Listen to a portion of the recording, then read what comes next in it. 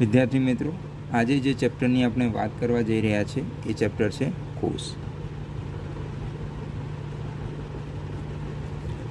કોષ વિશે આમ તો તમે બધાએ નાના ધોરણોની અંદર અભ્યાસ કરેલો જ હશે, કોષ એટલે શું, પરંતુ ફરી એકવાર થોડુંક ડિટેલમાં અને એનાથી વધારે માહિતી સાથે આપણે આ ધોરણની અંદર વાત કરવાની છે. તો શા માટે કોષ વિશે જાણવું અગત્યનું બન્યું? તો પ્રથમ ચેપ્ટરની અંદર તમે સજીવોના ગુણધર્મો વિશે વાત કરી હતી, સજીવ કોને કહેવાય એના વિશેની વાત કરી હતી. તો અહીંયા આપણે જ્યારે કોઈ સજીવ એટલે કે જે જીવિત છે અથવા કોઈ નિર્જીવ કે જે જીવિત નથી, આ બંને વચ્ચે જો ભેદ સ્પષ્ટ કરવો હોય તો એ બંને વચ્ચેનો ભેદ આપણે કોષના માધ્યમથી સ્પષ્ટ કરી શકીએ છીએ. કે જે સજીવોની અંદર એટલે કે જે સજીવો કોષો ધરાવે છે, જેમની અંદર જીવંત કોષો છે, એ બધા કોણ હશે? સજીવ હશે. અને જે નિર્જીવ છે, જેમની અંદર જીવંત કોષો આવેલા નથી, એ બધા કોણ હશે? નિર્જીવ પદાર્થો હશે. કારણ કે સજીવ હશે, એમની અંદર જીવંત કોષો હશે, તો તેઓ વૃદ્ધિ અને વિકાસ દર્શાવતા હશે. તો કોષ એ એટલા માટે જરૂરી છે, આ ચેપ્ટર ભણવું એ માટે જરૂરી છે કે જે સજીવો વિશેના અભ્યાસની અંદર આપણને વધારે સહાયતા આપી શકે છે. સજીવોના સારી રીતે સમજવા માટે આપણે સૌ પ્રથમ કોષને સમજવો જરૂરી છે. તો આ વહેલાના ચેપ્ટરોની અંદર આપણે વર્ગીકરણ વિદ્યામાં પણ વાત કરી હતી કે કોષોના આધારે આપણે અલગ અલગ પ્રકારના સજીવોને જોઈ શકીએ છીએ. જેમ કે એક કોષી સજીવો વિશેની પણ વાત કરી. એક કોષી સજીવ યાની કે જેમની અંદર ફક્ત એક જ કોષ આવેલો છે. એ પછી આપણે બહુકોષી સજીવોની પણ વાત કરી છે. બહુકોષી સજીવો યાની કે જેમની અંદર એકથી વધારે કોષો આવેલા છે, આવા કોષ સજીવો વિશેની પણ વાત કરી. જેમ જે સૌથી નાની સૃષ્ટિ મોનેરા સૃષ્ટિની વાત કરી હતી, બરાબર, જેની અંદર એક કોષી સજીવોની વાત કરી હતી. બેક્ટેરિયાની અંદર એક કોષી સજીવોની વાત કરી હતી. ત્યાંથી આગળ જતાં લીલની અંદર એક કોષી લીલ હતી, લીલની અંદર બહુકોષી લીલ હતી. ફૂગની અંદર પણ આપણે એક કોષી અને બહુકોષી સજીવોની વાત કરી. અને આ પછીના સજીવો વનસ્પતિ પ્રાણી સૃષ્ટિના સજીવો જે બહુકોષી સજીવો છે, એમની અંદર પણ એક કોષી તબક્કો આવે છે ક્યારેક ને ક્યારેક. તો આ રીતે કોષોની સંખ્યાના આધારે આપણે એક કોષી અને બહુકોષી સજીવો તરીકે ઓળખીએ છીએ. તો કોષ વિશે જોઈએ તો કોષ એ દરેક સજીવની વાત કરીએ, વનસ્પતિ હોય કે પ્રાણી હોય, એનો રચનાત્મક તથા ક્રિયાત્મક એકમ છે.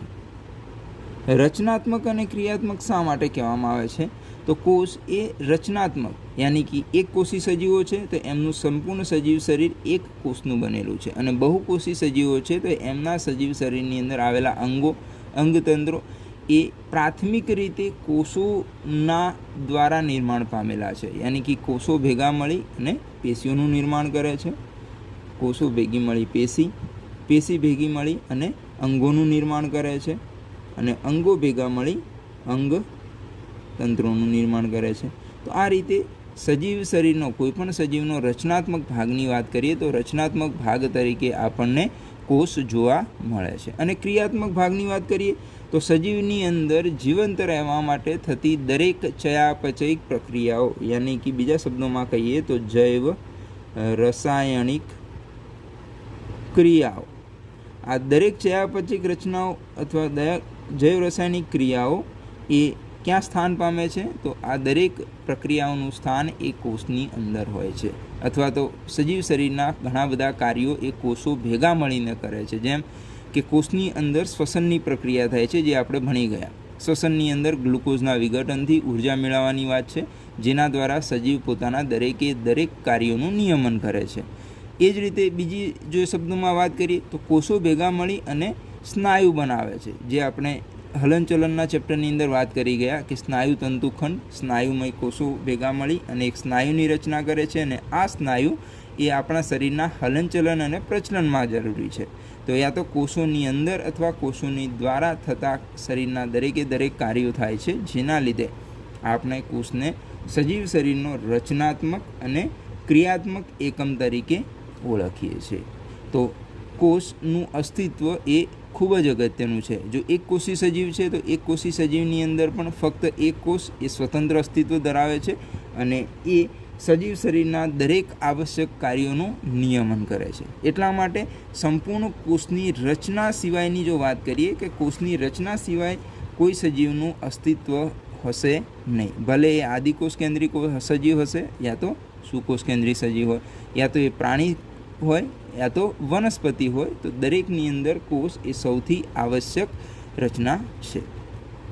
હવે કોષની અંદર વાત કરીએ તેના હિસ્ટોરિકલ બેકગ્રાઉન્ડની જો વાત કરીએ તો કોષની અંદર સૌપ્રથમ કોષ વિશેની માહિતી આપનાર વૈજ્ઞાનિક, હવે આપણે યાદ રાખવાના છે 2-3 વૈજ્ઞાનિકના નામ જેને આપણને કોષ વિશેની માહિતી આપી. તો સૌપ્રથમ વૈજ્ઞાનિકનું નામ યાદ રાખવાનું છે એન્ટોન વાન લ્યુવનહોક નામનો વૈજ્ઞાનિક. એન્ટોન વાન લ્યુવનહોક એ વૈજ્ઞાનિક હતા જેમને સૌપ્રથમ વખત, એટલે કે સૌપ્રથમ જીવંત કોષને જોયા હતા. યાની કે જીવંત કોષ હાજર હતા, પરંતુ એમને અલગ એક સ્પષ્ટ રચના સ્વરૂપે એમને જીવંત કોષોને ઓળખાવ્યા અને એમની રચનાનું વર્ણન કર્યું કે આ કોષ છે અને એની અંદર આવી પ્રકારની રચનાઓ જોવા મળે છે જેને આપણે કોષ તરીકે ઓળખી શકીએ. એ પછી સમય જતાં એક બીજા વૈજ્ઞાનિક આવ્યા, રોબર્ટ બ્રાઉન. અને રોબર્ટ બ્રાઉને આપણને કોષની અંદર આવેલી એક અંગિકા, જેને કોષના હાર્ટ તરીકે પણ વાત કરી શકીએ, કોષના કેન્દ્રની રચના છે, જેને કોષ કેન્દ્રની શોધ કરી, યાની કે કોષ કેન્દ્રની શોધ કરનાર વૈજ્ઞાનિક તરીકે રોબર્ટ બ્રાઉનને ઓળખવામાં આવે છે. યાની કે એમને કોષની અંદર કોષ કેન્દ્રની શોધ કરી. એ પછીના 2 વૈજ્ઞાનિકોની વાત કરવાની છે, થિયોડર સ્વોન અને મેથિયસ સ્લીડર, જેમના કાર્યોને આપણે કોષવાદ તરીકે ઓળખીએ છીએ. કોષવાદ યાની કે કોષ વિશેની સંપૂર્ણ સંકલ્પના આપવા માટે, કોષ વિશેની પૂર્ણ રચનાની માહિતી આપનાર જે સિદ્ધાંત છે જેને આપણે કોષવાદ તરીકે ઓળખીએ છીએ. તો 2 વૈજ્ઞાનિક આવ્યા જેમના કાર્યોને કોષવાદ તરીકે ઓળખવામાં આવે છે. એક પછી એક એમના કાર્યોને આપણે જોઈશું. સૌપ્રથમ વાત કરીએ તો સ્લીડન. તો સ્લીડન એ વૈજ્ઞાનિક જે વનસ્પતિ શાસ્ત્રી હતા અને આ વનસ્પતિ શાસ્ત્રી જેમને વનસ્પતિની રચનાઓ, વનસ્પતિના કોષો પર કાર્ય કર્યું, એના વિશેની માહિતી મેળવી, જે જર્મનના વૈજ્ઞાનિક હતા અને એમને પોતાનું કાર્ય 1838ની અંદર પ્રકાશિત કર્યું. તો એમને પોતાના કાર્યની અંદર શું પ્રકાશિત કર્યું તો કે દરેક વનસ્પતિ એ વિવિધ કોષોની બનેલી રચના છે. એટલે કે કોઈ પણ વનસ્પતિ છે તો એ વિવિધ કોષોની બનેલી રચના છે અને આ કોષો ભેગા મળી, યાની કે કોષો ભેગા મળી વનસ્પતિની અંદર પેશીની રચના કરે છે. યાની કે વિવિધ કોષો ભેગા મળી વનસ્પતિઓમાં પેશીઓ બનાવે છે. તો આ સ્ટેટમેન્ટ આપનાર વૈજ્ઞાનિક હતા સ્લીડર. અને એ સમયની અંદર એક બીજા વૈજ્ઞાનિક હતા જેમને આપણે સ્વાન તરીકે ઓળખીએ છીએ, થિયોડર સ્વાન. એ સમયે બ્રિટિશના વૈજ્ઞાનિક હતા અને ઓન એન્ડ અરાઉન્ડ વાત કરીએ તો 1839માં એમને પણ પોતાનું કાર્ય પ્રકાશિત કર્યું જે બ્રિટિશના પ્રાણીશાસ્ત્રી હતા. તો પ્રાણીશાસ્ત્રીએ પ્રાણી કોષોનો અભ્યાસ કર્યો. પ્રાણીઓના કોષોની અભ્યાસ પરથી એમને કહ્યું કે પ્રાણી કોષોની અંદર સૌથી બહારનું જે સ્તર હોય છે, જે બાહ્ય પટલ હોય છે, જેને આપણે આજે કોષ રસ સ્તર તરીકે ઓળખીએ છીએ, જે પ્રાણીઓની અંદર જ હાજર હોય છે, જે આપણને પ્રાણીઓમાં સીધું જોવા મળે છે. વનસ્પતિની અંદર આ કોષ રસ સ્તર એ સીધું બહારની તરફ હોતું નથી. એમને વનસ્પતિ કોષોનો અભ્યાસ કર્યો આ સાથે અને જોયું કે કોષ રસ સ્તરની બહારની તરફ વનસ્પતિમાં એક બીજું સ્તર આવેલું હોય છે જેને આપણે કોષ દિવાલ તરીકે ઓળખીએ છીએ. અને આ કોષ દિવાલ એ વનસ્પતિ કોષની આગવી લાક્ષણિકતા છે. યાની કે જે પ્રાણી કોષ છે એની અંદર સીધું કોષ રસ સ્તર આવેલું હોય છે બાહ્ય આવરણ તરીકે, જ્યારે વનસ્પતિ કોષની અંદર બહારની તરફ કોષ દિવાલ હોય છે અને એના પછી અંદરની તરફ કોષ રસ સ્તર આવેલું હોય છે. યાની કે પ્રાણી કોષમાં કોષ દિવાલ હાજર હોતી નથી. પ્રાણી કોષમાં કોષ દિવાલ ગેરહાજર હોય છે. એટલા માટે કોષ દિવાલને વનસ્પતિ કોષની આગવી લાક્ષણિકતા તરીકે ઓળખવામાં આવે છે. આગળ એમને એક બીજું સ્ટેટમેન્ટ આપ્યું વનસ્પતિ અને પ્રાણીઓના સંલગ્ન અભ્યાસ પરથી.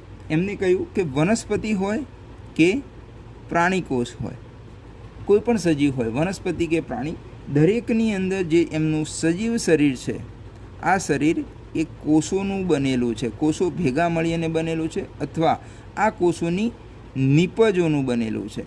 કોષોની નિપજોની વાત કરીએ તો ઘણા બધા કોષો વિશે આપણે આગળ જતાં પણ વાત કરવાની છે કે કોષો ભેગા મળી અને ચોક્કસ પ્રકારના કાર્યો કરે છે. કોષો ભેગા મળી અને પ્રોટીનનું નિર્માણ કરે છે, કોષો ભેગા મળી અને ચોક્કસ અંગોનું નિર્માણ કરે છે, ચોક્કસ પેશીઓનું નિર્માણ કરે છે અને વિવિધ કાર્યો સાથે જોડાય છે. તો શ્વાનના મત મુજબ શ્વાને ત્રણ સ્ટેટમેન્ટ આપ્યા. એમના 3 સ્ટેટમેન્ટ આપણે યાદ રાખવાના છે. પહેલું કે પ્રાણીઓની અંદર સૌથી બાહ્ય પડ આવેલું હોય છે, જેને આપણે કોષ રસસ્તર તરીકે ઓળખીએ છીએ. એ પછી એમને જોયું વનસ્પતિ કોષ સાથે એની સરખામણી કરી તો વનસ્પતિ કોષમાં એ સ્તર તો હતું, પરંતુ એની બહારની તરફ એક બીજું સ્તર હતું જેને કોષ દિવાલ તરીકે એમને ઓળખાયું.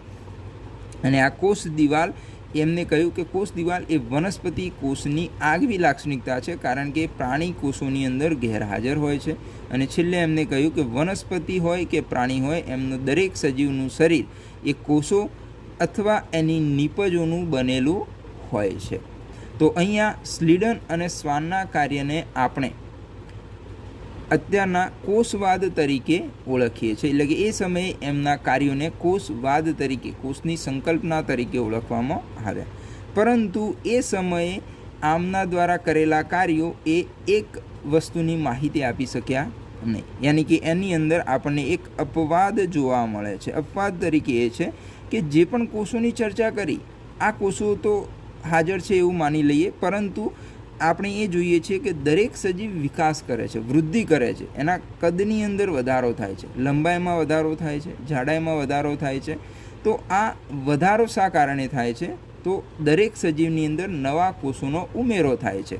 તો અહીંયા નવા કોષો જે ઉમેરાય છે, તો કે નવા સર્જાતા કોષો ક્યાંથી નિર્માણ પામે છે?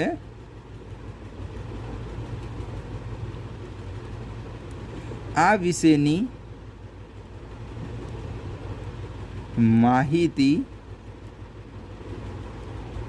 આપી શક્યા નહીં. યાની કે શ્વાન અને સ્લીડનનો જે આ કોષવાદ હતો એ નવા સર્જાતા કોષો ક્યાંથી નિર્માણ પામે છે એ વિશેની માહિતી આપી શક્યા નહીં. તો કોષવાદ જે શ્વાન અને સ્લીડન છે, જેમના અલગ અલગ સ્ટેટમેન્ટ આપણે યાદ રાખવાના છે અને એમના ખાસ કરીને અપવાદ વિશે આપણે માહિતી મેળવવાની છે. એ પછી એક બીજા વૈજ્ઞાનિક આવ્યા જેમને આપણને સ્લીડન અને શ્વાનના કોષવાદમાં રહેલા અપવાદ વિશેની માહિતી આપી. એમને શોધ્યું, બતાવ્યું કે જે નવા સર્જાતા કોષો છે એ ક્યાંથી નિર્માણ પામે છે. તો જે નેક્સ્ટ વૈજ્ઞાનિક હતા એ છે રુડોલ્ફ વિસો, જેમને આપણને માહિતી આપી કે નવા નિર્માણ પામતા કોષો ક્યાંથી નિર્માણ પામે છે. તો રુડોલ્ફ વિસોએ આપણને એક સંકલ્પના આપી, જેમની સંકલ્પના ઓમ્નિસ સેલ્યુલા સેલ્યુલા તરીકે ઓળખાય છે. આ નામને ખાસ કરીને યાદ રાખવાનું છે. ઓમ્નિસ સેલ્યુલા સેલ્યુલા. શું કહેવા માગે છે ઓમ્નિસ સેલ્યુલા સેલ્યુલા? તો કે જે નવા નિર્માણ પામતા કોષો છે, કોષો એ જૂના કોષોના કોષ વિભાજન દ્વારા બને છે.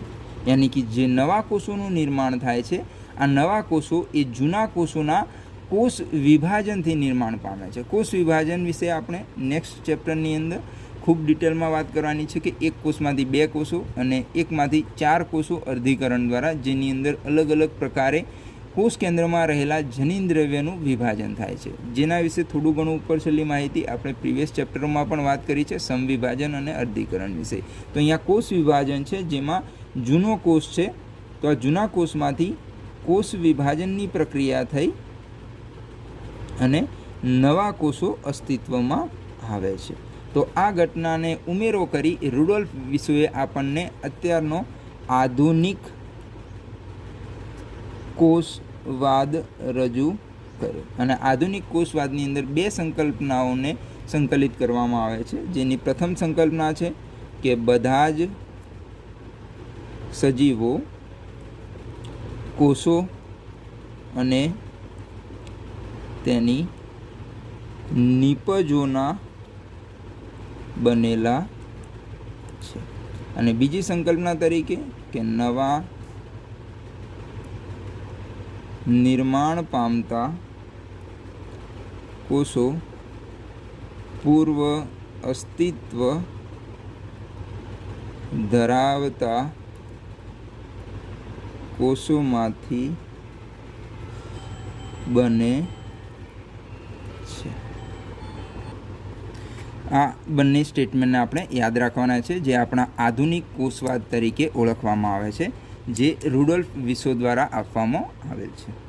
નેક્સ્ટ હવે જે વાત કરવાની છે એ કોષના અવલોકન વિશેની, કે એક કોષને આપણે સામાન્ય રીતે જોઈએ બહારથી તો એની અંદર કયા કયા અંગિકાઓ, કયા કયા ભાગો જોવા મળે છે. તો જનરલી કોષની વાત કરીએ કે એક કોષની જો રચના છે, તો કોષના અવલોકનની વાત કરીએ તો કોષને જ્યારે જોવો હોય તો પ્રયોગશાળાની અંદર જનરલી લાક્ષણિક કોષ તરીકે લેવામાં આવશે. લાક્ષણિક કોષ એટલે કે જેની અંદર એ સમુદાયની ઘણી ખરી રચનાઓ વિશે આપણને માહિતી મળી શકે. તો વનસ્પતિના અભ્યાસ માટે લાક્ષણિક કોષ તરીકે આપણે ડુંગળીનો કોષ લઈએ છીએ. અને મનુષ્યના કોષના અભ્યાસ એટલે કે જો પ્રાણી સજીવના કોષોના અભ્યાસ કરવો હોય તો પ્રાણીના કોષોના અભ્યાસ માટે આપણે એ સમયે મનુષ્યના ગાલના કોષોનો ઉપયોગ કરીએ છીએ, જેની આપણે સ્લાઇડ દ્વારા જોઈ શકીએ છીએ. જો એની આ બંનેની રચનાઓને જોઈએ તો આ બંનેની રચનાઓને જોતાં સૌ પ્રથમ આપણને બહારની તરફ રક્ષણાત્મક આવરણો જોવા મળશે. કોઈ પણ કોષ હશે તો એના રક્ષણાત્મક આવરણો હશે. અને રક્ષણાત્મક આવરણની વાત કરીએ તો સૌ પ્રથમ પહેલું આવરણ છે કોષ દિવાલ. પ્રથમ આવરણ તરીકે કોષ દિવાલ, જે ફક્ત આપણને વનસ્પતિ કોષમાં જ જોવા મળે છે. પ્રાણી કોષની અંદર આ કોષ દિવાલ ગેરહાજર હોય છે. યાની કે કોષ દિવાલ એ ફક્ત વનસ્પતિ કોષની આગવી લાક્ષણિકતા છે, જે આપણને થિયોડોર સ્વોન નામના વૈજ્ઞાનિકે માહિતી આપી હતી. એ પછી આપણને રક્ષણાત્મક આવરણ તરીકે બીજું આવરણ જોવા મળે છે, જેને આપણે કોષ રસ સ્તર અથવા કોષ રસ પટલ તરીકે ઓળખીએ છીએ, જે વિશે પણ આપણને થિયોડોર સ્વાને માહિતી આપી હતી કે પ્રાણી કોષની અંદર સૌથી બહારની તરફ એક બાહ્ય પડ જોવા મળે છે, જેને આજે આપણે કોષ રસ સ્તર તરીકે ઓળખીએ છીએ. તો આ 2 રક્ષણાત્મક આવરણો આવેલા છે. તો પ્રાણી કોષમાં આપણને સીધું કોષ રસ સ્તર જોવા મળશે, જ્યારે વનસ્પતિ કોષમાં બહારની તરફ કોષ દિવાલ અને અંદરની તરફ કોષ રસ સ્તર જોવા મળે છે. એ પછી અંદરની તરફ જઈએ તો અંદરની તરફ એક અંગિકા જોવા મળે છે, એક રચના જોવા મળે છે સઘન રચના તરીકે, જેને આપણે કોષ કેન્દ્ર તરીકે ઓળખીએ છીએ. આના વિશે પણ આપણે વર્ગીકરણ વિદ્યાની અંદર વાત કરી ગયા છે. કોષ કેન્દ્રના આધારે વિવિધ પ્રકારના એટલે કોષ કેન્દ્રના આધારે કોષના પ્રકારો વિશે. તો અહીંયા જોવા મળતું કોષ કેન્દ્ર એ એક સઘન રચના છે, જે કોષની અંદર જોવા મળતી ગાઢ રચના છે. આની અંદર જોઈએ તો કોષ કેન્દ્રમાં આપણને રંગસૂત્રોની રચના જોવા મળે છે, અને રંગસૂત્ર એ આપણું આનુવંશિક દ્રવ્ય ધરાવે છે, જેને આપણે DNA તરીકે ઓળખીએ છીએ. 12માની અંદર એટલે કે નેક્સ્ટ જે ચેપ્ટર્સ આવશે એની અંદર DNAના ડિટેલમાં અભ્યાસ કરવાનો આવશે કે સઘન રચના તરીકે રંગસૂત્રો અને આનુવંશિક દ્રવ્ય જોવા મળે છે. જે આ કોષ કેન્દ્ર છે, રંગસૂત્રો અને આનુવંશિક દ્રવ્યોની જે રચના છે, જે જનરલી એક ગૂંચળા સ્વરૂપે જોવા મળે છે, પરંતુ એની આજુબાજુ આપણને બેવડા પટલમય રચના જોવા મળે છે. યાની કે અહીંયા આપણને પટલ જોવા મળે છે. તો ક્યારેક કોષોની અંદર પટલ જોવા મળે છે અને ક્યારેક પટલ જોવા મળતું નથી. તો પટલની હાજરીના આધારે કોષોને વિભાજિત કરવામાં આવે છે. જો કોષ કેન્દ્ર આજુબાજુ જો પટલ હાજર હોય તો આવા કોષોને સુકોષ કેન્દ્રી કોષો તરીકે ઓળખવામાં આવે છે. અને બીજા શબ્દોમાં કહીએ તો આવા સજીવોને યુકેરિયોટિક તરીકે ઓળખવામાં આવે છે. જ્યારે કોષ કેન્દ્ર પટલ ગેરહાજર હોય તો એવા કોષોને કોષ કેન્દ્ર પટલ ગેરહાજર હોય તો એવા કોષોને આદિ કોષ કેન્દ્રી કોષ તરીકે ઓળખવામાં આવે છે અથવા તો પ્રોકેરિયોટિક કોષ તરીકે ઓળખવામાં આવે છે. તો કોષ કેન્દ્ર જે અંદરની તરફ આવેલી રંગસૂત્રો ધરાવતી આનુવંશિક દ્રવ્ય ધરાવતી રચના છે, જેમાં પટલની હાજરી હોય તો સુકોષ કેન્દ્રી કોષો અને ગેરહાજરી હોય તો આદિકોષ કેન્દ્રી કોષો, જે તમે વર્ગીકરણ વિદ્યાની અંદર પણ અભ્યાસ કરી ગયેલા છો. નેક્સ્ટ જે કોષની લાક્ષણિકતા સ્વરૂપે છે એ છે કોષની અંદર રહેલું કોષ રસ, યાની કે એનો પ્રવાહી ભાગ, કોષમાં જોવા મળતું અર્ધ તરલ ભાગ. કોષમાં જોવા મળતું જે અર્ધ તરલ ભાગ અથવા અર્ધ તરલ આધારકની વાત કરીએ, જેને આપણે કોષ રસ તરીકે ઓળખીએ છીએ, આ એક એની આગવી રચના છે. એટલે કે કોષ રસ જ્યાં બધી જ રચનાઓ આવેલી હોય છે, એટલે કે કોષ રસની અંદર કોષ કેન્દ્ર આવેલું છે. એ સિવાય કોષ રસની અંદર ઘણી બધી અંગિકાઓ આવેલી જોવા મળશે, જેની આપણે આગળ જતાં વાત કરીશું. અને આ કોષ રસ જ્યાં આ બધા અંગિકાઓ રચનાઓ સ્થાન પામે છે, સાથે સાથે કોષ રસની અંદર બધી જ જે જૈવ રાસાયણિક પ્રક્રિયાઓ છે, આ જૈવ રાસાયણિક પ્રક્રિયાઓ સ્થાન પામે છે. યાની કે કોષમાં જોવા મળતી જૈવ રાસાયણિક પ્રક્રિયાઓનું સ્થાન એ કોષ રસ છે. જેવા ઉદાહરણ તરીકે તમે જુઓ તો આગળ જતાં તમે વાત કરશો શ્વસન ચેપ્ટરની, જો એના વિશે તમે ભણી ગયા છો તો શ્વસનની અંદર ગ્લાયકોલિસિસ પથ, જે કોષ રસની અંદર ઉર્જાના ઉત્પાદનમાં જરૂરી છે. એ સિવાય કોઈપણ પદાર્થોનું સ્થળાંતરણ એક અંગિકાથી બીજી અંગિકા સુધી કરવું હોય અથવા એક કોષથી બીજા કોષ સુધી કોઈપણ દ્રવ્ય અથવા પદાર્થોનું સ્થળાંતરણ કરવું છે તો પણ ત્યાં આપણને કોષ રસમાંથી સ્થળાંતરણ થતું જોવા મળશે. તો કોષ રસ જે અર્ધતરલ આધારક છે, જેની અંદર દરેક પ્રકારની જૈવ રાસાયણિક પ્રક્રિયાઓ સ્થાન પામે છે. નેક્સ્ટ, કોષની અંદર જોવા મળતી જે નાની નાની રચનાઓ હોય છે, આ રચનાઓને આપણે અંગિકાઓ તરીકે ઓળખીએ છીએ. અંગિકાઓ કે જે કોષમાં જોવા મળતી સંરચનાઓ છે, જે ક્યારેક પટલ ધરાવતી હોય છે, યાની કે અંગિકાની આજુબાજુ પટલ આવેલું હોય, અથવા ઘણી હોય છે જે પટલ વિહીન હોય છે, યાની કે કોઈક પટલમય રચનાઓ હોય છે અને કોઈક પટલ વિહીન રચનાઓ હોય છે. દરેક બંને વિશે આપણે વાત કરવાની છે. પટલમયની વાત કરીએ તો પટલમય રચનાઓ સ્વરૂપે કોષોમાં જોવા મળતી અંગિકાઓ, જેના નામ છે અંતઃકોષ રસજાળ, ગોલ્ગી કાય, લાઇસોસોમ, કણાભસૂત્ર, સૂક્ષ્મકાય, રસધાનીઓ તથા હરિત. આ એવી અંગિકાઓ છે જે કોષની અંદર આવેલી પટલમય અંગિકાઓ છે. અને પટલ વિહીન અંગિકાઓના જે અપવાદ સ્વરૂપે જે બે અંગિકાઓ છે, જેના ખાસ કરીને નામ આપણે યાદ રાખવાના છે, જે છે રિબોઝોમ્સ અને તારા કેન્દ્ર, જે કોષમાં જોવા મળતી પટલ વિહીન અંગિકાઓ છે. બીજી ખાસિયત તરીકે યાદ રાખવાની છે કે અહીંયા જોવા મળતી જે અંગિકા છે પટલમય અંગિકા હરિતકણ, એ ફક્ત આપણને વનસ્પતિ કોષમાં જ જોવા મળે છે. પ્રાણી કોષની અંદર આ અંગિકા ગેરહાજર હોય છે. જ્યારે અહીંયા પટલ વિહીન અંગિકાઓમાં જે તારા કેન્દ્ર છે એ ફક્ત પ્રાણી કોષમાં જ જોવા મળે છે. વનસ્પતિ કોષમાં આની હાજરી હોતી નથી, યાની કે તારા કેન્દ્ર એ વનસ્પતિ કોષમાં ગેરહાજર રચના છે. એ સિવાય થોડુંક આ દરેક વિશે આપણે અંતઃકોષ રસજાળ છે, ગોલ્ગી કાય છે, લાઇસોસોમ છે, કણાભસૂત્ર, સૂક્ષ્મ કાય, રસધાનીઓ, દરેક વિશે આપણે ડિટેલમાં વાત કરવાની છે. પરંતુ ઓવરવ્યૂની અંદર થોડુંક રિબોઝોમ્સ વિશેની વાત કરીએ, જેની રચના વિશે અને જેના સ્થાન વિશે યાદ રાખવા જેવી બાબતો છે. કે રિબોઝોમ્સ, જેના વિશે આપણે અત્યારે વાત કરી કે કેવી અંગિકા છે, તો પહેલું કે પટલ વિહીન અંગિકા છે, જે રચનામાં નાની અંગિકા છે. અને આ અંગિકા આપણને જો કોષોના પ્રકારની વાત કરીએ તો આદિકોષ કેન્દ્રી કોષો અને સુકોષ કેન્દ્રી કોષો.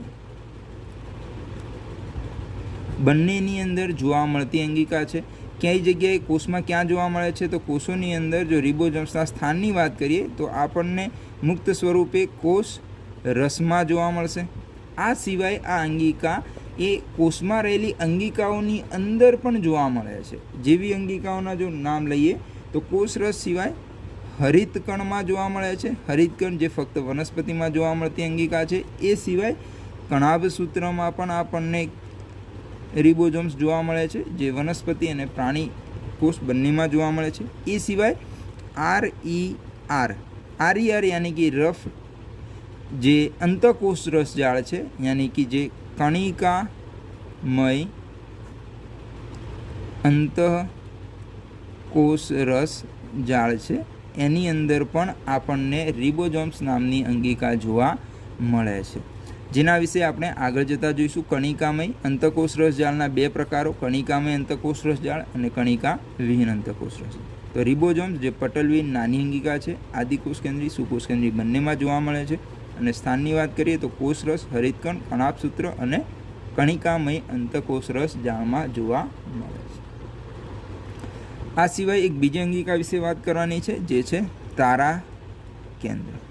તારા કેન્દ્ર જે આપણને ઉપર જ વાત કરી કે તારા કેન્દ્ર ફક્ત પ્રાણી કોષમાં જોવા મળતી અંગિકા છે, પટલવિહીન અંગિકા છે. અને આ એ આપણને કોષ વિભાજનની અંદર મદદરૂપ અંગિકા છે. કોષ વિભાજનની અંદર તારા કેન્દ્ર એ સૂક્ષ્મ નલિકાઓ સ્વરૂપે વિકસિત પામી અને આગળ જતાં જ્યારે કોષ વિભાજનની વાત કરીશું તો અહીંયા ગોઠવાયેલા રંગસૂત્રોને બંને બાજુથી તારા કેન્દ્ર એ આ નિર્માણ પામતે ત્રાક તંતુઓની રચના દ્વારા વિભાજનમાં મદદ કરશે. તો કોષ વિભાજનની વાત કરીશું તો ડિટેલમાં આપણને તારા કેન્દ્ર વિશે માહિતી મળશે. એટલે કે અત્યારે યાદ રાખવાનું છે કે તારા કેન્દ્ર એ કોષ વિભાજનમાં મદદરૂપ છે. હવે વાત કરવાની છે કોષોના પ્રકારો વિશે, યાની કે એમના કદના આધારે અલગ અલગ કોષો જોવા મળી શકે છે આપણને. એમની રચનાના આધારે જે કોષોના પ્રકારો છે એની આપણે વાત કરીશું. તો જો કોષ વિશેની જો ગુણધર્મોની વાત કરીએ, એમના જે લંબાઈ છે એની જો વાત કરીએ તો એકકોષી સજીવોની અંદર, યાની કે જે એક જ કોષ ધરાવતા સજીવ છે, તો એકકોષી સજીવોની અંદર વાત કરીએ કે એક કોષીમાં સૌથી નાનો કોષ આપણને જોવા મળી શકે છે. અને આ સૌથી નાના કોષને આપણે માઇકોપ્લાઝમા તરીકે ઓળખીએ છીએ. સૌથી નાનો યાની કે આનું જે કદ છે એ ઘણું બધું નાનું છે. કેટલું છે આની લંબાઈ? તો 0.3 માઇક્રોમીટર. આ લંબાઈ આપણે યાદ રાખવાની છે કે એક કોષીમાં સૌથી નાના કોષનું નામ માઇકોપ્લાઝમા અને એની લંબાઈ 0.3 માઇક્રોમીટર. એક કોષીમાં એટલે કે બહુકોષી સજીવ શરીરનો એક કોષ છે, પરંતુ એ એક કોષ સ્વરૂપે જોવા મળી શકે છે. તો એક કોષ સ્વરૂપે જોવા મળતો સૌથી મોટો કોષ એને એક કોષ સ્વરૂપે તારવવામાં આવે છે. તો એ કોષ છે શાહમૃગનો અંડકોષ. અંડકોષ એ ફક્ત એક જ કોષ છે, પરંતુ એની જો કદ છે એ સૌથી વધારે છે. એ સિવાય એક બીજી લંબાઈ આપણે યાદ રાખવાની છે, જે છે બેક્ટેરિયાના કોષની. તો બેક્ટેરિયલ જો કોષની લંબાઈની વાત કરીએ તો બેક્ટેરિયલ કોષની લંબાઈ હોય છે 3 થી 5 માઇક્રોમીટર. તો અહીંયા આપણે આ ત્રણ નામ યાદ રાખવાના છે. સૌથી નાનો કોષ માઇકોપ્લાઝમા 0.3 માઇક્રોમીટર, સૌથી મોટો કોષ શાહમૃગનો કોષ, અને બેક્ટેરિયલ કોષની લંબાઈની વાત કરીએ તો 3 થી 5 માઇક્રોમીટર લંબાઈ ધરાવતો બેક્ટેરિયલ કોષ. હવે જો બહુકોષી સજીવની વાત કરીએ, બહુકોષી યાની કે એકથી વધારે કોષો ધરાવતા સજીવની વાત કરીએ તો જેની અંદર બે કોષોની આપણે ચર્ચા કરવાની છે કે એક છે મનુષ્યના રક્તકણો, જેની લંબાઈ યાદ રાખવાની છે. તો મનુષ્યના રક્તકણની એના વ્યાસ વિશેનું માપ યાદ રાખવાનું છે કે એનો જે વ્યાસ છે એ છે 7.0 માઇક્રોમીટર. એ સિવાય સૌથી લાંબા કોષની જો વાત કરીએ, બહુકોષી સજીવોમાં સૌથી લાંબો કોષ, તો સૌથી લાંબો કોષ છે મનુષ્યની અંદર યાની કે પ્રાણીઓમાં જોવા મળતો એમનો ચેતાકોષ, જેના વિશે ચેપ્ટર નંબર 21 ધોરણ 11ની અંદર ચેતાકોષ વિશે ડિટેલમાં માહિતી આપેલી છે. ચેતાકોષોનું સંપૂર્ણ ચેપ્ટર આપણે સૌથી લાંબો કોષ તો ચેતાકોષ. તો અહીંયા બહુકોષીમાં રક્તકણની લંબાઈ અને લાંબા કોષનું નામ યાદ રાખવાનું છે. એ પછી કોષોની અંદર અલગ અલગ આકાર જોવા મળે છે અને એના આધારે એ વિશિષ્ટ કાર્યો માટે વિભાજિત થયેલા હોય છે. બુકની અંદર અમુક ડાયાગ્રામ આપેલા છે, જો એને જોઈએ તો અહીંયા જોવા મળતો પહેલો આપણને જે કોષ આપેલો છે જે ગોળ આકાર ધરાવે છે, બરાબર, દ્વિબહિર્ગોળ આકાર ધરાવતો છે, જેનું નામ છે રક્તકણ. અને આના વિશે આપણે જાણીએ છીએ કે રક્તકણ એ વાયુઓની આપલે માટે જવાબદાર કોષ છે, CO2 અને O2ના વહન માટે. બીજો કોષ આપણને અહીંયા આપેલો છે એ છે શ્વેતકણ, જેનો આકારની વાત કરીએ તો અમીબોઇડ પ્રકારનો, યાની કે અનિશ્ચિત આકાર છે. અને આનું કાર્ય એ પણ આપણે જાણીએ છીએ કે શ્વેતકણો એ આપણા શરીરની અંદર રોગ પ્રતિકારક તંત્ર સાથે સંકળાયેલા છે. એ પછી જે કોષનો આકાર અને પ્રકાર આપ્યો છે, જે અહીંયા આપણે જોઈ શકીએ છીએ કે ઊભા સ્તંભ જેવા કોષો છે, જે લાંબા અને સાંકડા કોષો છે, જેમને સ્તંભીય અધિચ્છદીય કોષો તરીકે ઓળખવામાં આવે છે, જે આધાર માટે આપણા શરીરમાં ચોક્કસ કોષોની વચ્ચે આધાર માટે આવેલા કોષો હોય છે અથવા ઘસારા રક્ષણ આપતા કોષો છે.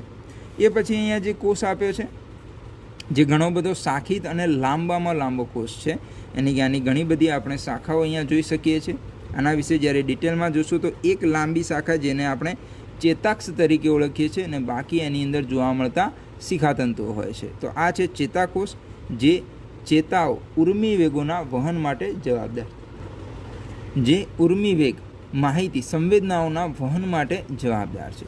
એ પછી જે આપણને આપેલો છે એ છે જલવાહિનીકી, જે લંબાયેલો કોષ છે. લંબાયેલો કોષ યાની કે અહીંયા જલવાહિનીકી એ વનસ્પતિમાં જોવા મળતી રચના છે, જે પાણી યાની કે પદાર્થોના વહન માટે એક છેડેથી બીજા છેડે, મૂળથી લઈ અને ટોચ સુધીના પર્ણો સુધી પાણીના વહન માટે જવાબદાર છે. અને બાજુમાં આપેલું છે મધ્ય પર્ણ કોષો, જે ગોળ અને અંડાકાર કોષો છે, જેની અંદર હરિતકણ નામની અંગિકા આવેલી હોય છે. આ પણ એક વનસ્પતિમાં જોવા મળતી પેશીની વાત કરેલી છે, મધ્યપર્ણ પેશી, જે પ્રકાશ સંશ્લેષણ દ્વારા ખોરાકના નિર્માણ માટે જવાબદાર છે. તો અહીંયા આજે આપણે વાત કરી કોષની પ્રસ્તાવના વિશે, કોષ એટલે શું, અને એની થોડીક ઓવરવ્યૂની વાત કરી, વિહંગાવલોકનની વાત કરી કે એના અંદર કઈ કઈ પ્રાથમિક અંગિકાઓ જોવા મળે છે. તો નેક્સ્ટ આપણે વાત કરવાની છે આદિકોષ કેન્દ્રી કોષો અને સુકોષ કેન્દ્રી કોષો વિશે તથા એમાં જોવા મળતી અંગિકાઓ વિશેની. ધન્યવાદ.